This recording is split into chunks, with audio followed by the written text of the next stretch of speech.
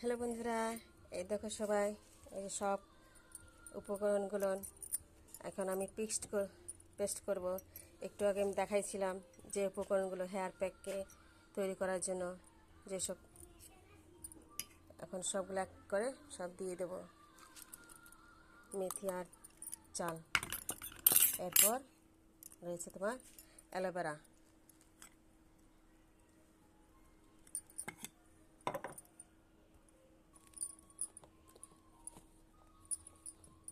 সাথে দিবে 1 চামচ কালি জিরা গুঁড়ো। সব একসাথে করে এখন পেস্ট করব। এই মিক্স করে নেব। হয়ে গেল আমাদের প্যাক তৈরি। এই দেখো, এই যে এরকম থিকনেস হবে। এবার শুধু একটা লেবুর রস মিক্সড করে মাথায় লাগাবো, তাহলে তোমরা উপকার পাবে। বাই।